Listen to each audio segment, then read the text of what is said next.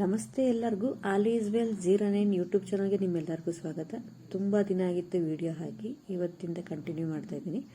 So ಇವತ್ತು ಒಂದು tomato ಕಾಯಿಯಿಂದ ಚಟ್ನಿ ಮಾಡಿ ತೋರಿಸ್ಬೇಕು ಅಂದ್ಕೊಂಡಿದ್ದೀನಿ. ತುಂಬ ಸ್ಪೆಷಲ್ ಆಗಿರುತ್ತೆ, ತುಂಬ ಟೇಸ್ಟಿಯಾಗಿಯೂ ಇರುತ್ತೆ. ಸೊ ಇದು ಬಾಯಿ ಕೆಟ್ಟೋದಾಗ ಮಾಡ್ಕೊಂಡು ತಿನ್ನೋಕ್ಕೆ ತುಂಬ ರುಚಿಯಾಗಿರುತ್ತೆ, ರುಚಿ ಕೊಡುತ್ತೆ ಬಾಯಿಗೆಲ್ಲ. ಇದು ಮನೆ ಹತ್ರ ಟೊಮೊಟೊ ಹಣ್ಣುಗಳ ಗಿಡಗಳು ಹಾಕಿದ್ವಿ, ಅಪ್ಪರು ಹಾಕಿದ್ರು. ಹಾಗಾಗಿ ಸ್ವಲ್ಪ ಜಾಸ್ತಿನೇ ಬಿಟ್ಟಿದ್ದು, ಹಂಗೆ ಮಾಡುವ ಅಂಥೇಳಿ ಕುಯ್ಕೊಂಡು ಬಂದು ಮಾಡೋಕ್ಕೆ ರೆಡಿ ಮಾಡ್ತೀವಿ. ಒಂದು 8-10 ತೊಗೊಂಡಿದ್ದೀನಿ. ಅದನ್ನು ನೀಟಾಗಿ ಚೆನ್ನಾಗಿ ತೊಳ್ಕೊಬೇಕು.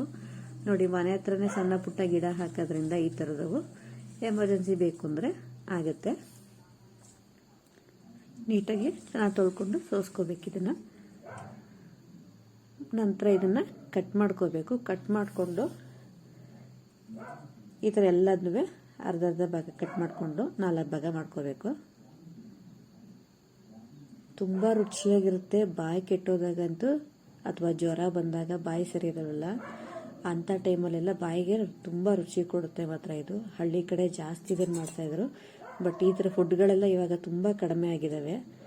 ಮಾಡ್ತಿದ್ರೆ ಪಿಜ್ಜಾ ಆಗಲಿ, ನ್ಯೂಡಲ್ಸು ಇದೇ ಥರದ್ದು ಸ್ವಲ್ಪ ಜಾಸ್ತಿ ಮಾಡ್ತಾರೆ. ಮಕ್ಕಳಿಗೆಲ್ಲ ಎಫೆಕ್ಟು ಅದೆಲ್ಲ. ಸೊ ಹಾಗಾಗಿ ಈ ಥರ ಹಳ್ಳಿದು ತಿಂಡಿಗಳು ಮಾಡಿಕೊಟ್ರೆ ತುಂಬ ರುಚಿಯಾಗಿರುತ್ತೆ, ಆರೋಗ್ಯಕ್ಕೂ ಒಳ್ಳೆಯದಿದು. ಹಳ್ಳಿ ಸೈಡ್ ಅಂತಲ್ಲ, ಎಲ್ಲ ಸೈಡು ಮಾಡ್ತಾಯಿದ್ರು. ಇತ್ತೀಚೆಗೆ ಇವೆಲ್ಲ ಕಡಿಮೆ ಆಗೋಗಿದೆ. ಈ ಥರ ಬೀಜನೆಲ್ಲ ತಕ್ಕೋಬೇಕು. ಸ್ವಲ್ಪ ಬೀಜ ತಕ್ಕೊಳ್ಳಿ, ಯಾಕೆಂದರೆ ತುಂಬ ಹುಳಿ ಬಂದ್ಬಿಡುತ್ತೆ. ಸ್ವಲ್ಪ ಸ್ವಲ್ಪ ಪ್ರಮಾಣದಲ್ಲಿ ಬೀಜ ತೆಕ್ಕೊಂಡು ನೀಟಾಗಿ ಮತ್ತಿನ್ನೊಂದು ಸತಿ 2 ಸತಿ ತೊಳ್ಕೊಳ್ಳಿ. ಇದನ್ನು ನೀಟಾಗಿ ವಾಶ್ ಮಾಡ್ಕೋಬೇಕು. ದೋಸೆಗೆ, ಚಪಾತಿಗೆ, ರೊಟ್ಟಿಗೆ ಇವು 3ಕ್ಕೂ ಮಾತ್ರ ತುಂಬ ಚೆನ್ನಾಗಿರುತ್ತೆ.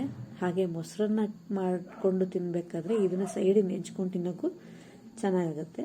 ಜೊತೆಗೆ 1 ಈರುಳ್ಳಿ ಹಾಕ್ತಾಯಿದ್ದೀನಿ ಬೇಯೋಕ್ಕೆ. 4 ಮೆಣಸಿಕಾಯಿ, 3 ಒಣಮೆಣ್ಸಿಕಾಯಿ, ಒಂದೇ ಒಂದು ಹಸಿರು ಮೆಣಸಿಕಾಯಿ ಹಾಕ್ತಾಯಿದ್ದೀನಿ. ಸ್ವಲ್ಪ ನೀರು ಹಾಕಿ ಬೇಯಕ್ಕೆ ಇಟ್ಬಿಡ್ಬೇಕು. ಸ್ವಲ್ಪ ಚೆನ್ನಾಗಿ ಬೇಯಬೇಕು. ಉಪ್ಪೇನು ಹಾಕಂಗಿಲ್ಲ ಇದಕ್ಕೆ. ಸ್ವಲ್ಪ ಚೆನ್ನಾಗಿ ಬೇಯಬೇಕದು. ನೋಡಿ, ಈ ಥರ ಚೆನ್ನಾಗಿ ಬೆಂದಿರಬೇಕು. ಈ ಥರ ಬಂತು ಅಂದರೆ ಫೈನಾಗಿ ಬರುತ್ತೆ. ಸೊ ಜೊತೆಗೆ ರೊಟ್ಟಿನೂ ಮಾಡ್ತಾಯಿದ್ದೆ ನಾನು. ರೊಟ್ಟಿಗೆ ಅನ್ನ ಎಲ್ಲ ಇಟ್ಟು ರೆಡಿ ಮಾಡ್ಕೊಳ್ತಾ ಇದ್ದೀನಿ. ನಂತರ ಒಂದು ಬಾಣಲಿಗೆ ಸ್ವಲ್ಪ ಎಣ್ಣೆ ಹಾಕಿ ಸಾಸಿವೆ ಹಾಕಿದ್ದೀನಿ. 2 ಗೆಡ್ಡೆ ಬೆಳ್ಳುಳ್ಳಿ ತೊಗೊಂಡು ಸಣ್ಣದಾಗಿ ಹೆಚ್ಚಿಟ್ಕೊಂಡಿದ್ದೀನಿ. ಸಣ್ಣದಾಗಿ ಗೆಜ್ಜಿಟ್ಕೊಳ್ಳಿ. 2 ಗೆಡ್ಡೆ ಬೇಕು ಇದಕ್ಕೆ ಬೆಳ್ಳುಳ್ಳಿ. ನಂತರ 1 ಈರುಳ್ಳಿ ಸಾಕು. ಈಗ ಆಲ್ರೆಡಿ ಈರುಳ್ಳಿ ಹಾಕಿರೋದ್ರಿಂದ ಒಂದು ದಪ್ಪ ಸೈಜಿಂದ ಈರುಳ್ಳಿನ ಹಾಕ್ಕೊಳ್ಳಿ. ಕಟ್ ಮಾಡಿಕೊಂಡು ಹಾಕ್ಕೊಳ್ಳಿ. ಒಗ್ಗರಣೆ ಕರಿಬೇವಿನ ಸೊಪ್ಪು, ಈರುಳ್ಳಿ, ಬೆಳ್ಳುಳ್ಳಿ ಇಷ್ಟು ಹಾಕಿ ಚೆನ್ನಾಗಿ ಫ್ರೈ ಮಾಡ್ಕೋಬೇಕು. ಈ ಸ್ವಲ್ಪ ಚೆನ್ನಾಗಿ ಫ್ರೈ ಆದ ನಂತರ ಇವೇನು ಬೇಯಿಸಿಟ್ಕೊಂಡಿರ್ತೀವಲ್ಲ ಅದನ್ನು ಮಿಕ್ಸಿಲಿ ರುಬ್ಬಬೇಕು. ಇವಾಗ ರುಚಿಗೆ ತಕ್ಕಷ್ಟು ಉಪ್ಪು ಹಾಕ್ಕೊಳ್ತಾ ಇದ್ದೀನಿ. ಉಪ್ಪನ್ನ ಕಡಿಮೆನೇ ಹಾಕಿರಿ. ಬೇಕು ಅಂದರೆ ನೆಕ್ಸ್ಟ್ ಇನ್ನೊಂದು ಸತಿ ಬೇಕಾದರೆ ಹಾಕೋಬೋದು. ಅದಕ್ಕೆ ರೊಟ್ಟಿಗೂ ಉಪ್ಪು ಹಾಕಿರ್ತೀವಿ, ದೋಸೆಗಳಿಗೂ ಉಪ್ಪು ಹಾಕಿರ್ತೀವಿ. ಹಾಗಾಗಿ ರುಬ್ಬಿಟ್ಕೊಂಡಿರ್ತೀವಲ್ಲ ಅದನ್ನು ಮಿಕ್ಸ್ ಮಾಡ್ಕೋಬೇಕು ಒಗ್ಗರಣೆಗೆ. ತುಂಬ ರುಚಿಯಾಗಿರುತ್ತೆ. ಮಾತ್ರ ಇದನ್ನ ದಯವಿಟ್ಟು ಒಂದ್ಸತಿ ಮನೇಲಿ ಮಾಡ್ಕೊಳ್ತೀನಿ. ಟೊಮೊಟೊ ಹಣ್ಣು ಬಂದಾಗ ತಗೋತಿರಲ್ಲ, ಆವಾಗ ಕಾಯಿ ಇದ್ರೂ ತಗೊಂಡು ಈ ಥರ ಮಾಡ್ಕೋಬೋದು. ಇದನ್ನ ಬೇಕಾದ್ರೆ ಒಂದು 2-3 ದಿನ ಇಟ್ಕೊಂಡು ಕೂಡ ತಿನ್ಬೋದು ಫ್ರಿಜ್ಜಲ್ಲಿ. ತುಂಬ ಚೆನ್ನಾಗಾಗುತ್ತೆ ಇದು ಯಾವುದು ಚೆನ್ನಾಗಲ್ಲ ಅಂತ ಹೇಳೋಕ್ಕೆ ಆಗಲ್ಲ. ದೋಸೆ, ಅನ್ನ, ಚಪಾತಿ, ರೊಟ್ಟಿ ಮಾತ್ರ ಹೇಳಿ ಮಾಡಿಸಿದ್ದು. ರೊಟ್ಟಿ ಮತ್ತು ದೋಸೆಗೆ ನಮ್ಮ ಟೊಮೊಟೊ ಕಾಯಿನ ಗೊಜ್ಜು ರೆಡಿ ಆಯಿತು. ಯಾರ್ಯಾರು ಹೊಸದಾಗಿ ಚಾನಲ್ ನೋಡ್ತಾ ದಯವಿಟ್ಟು ಸಬ್ಸ್ಕ್ರೈಬ್ ಆಗಿರೋರು ಒಂದು ಲೈಕ್ ಬಟನ್ ಪ್ರೆಸ್ ಮಾಡಿ.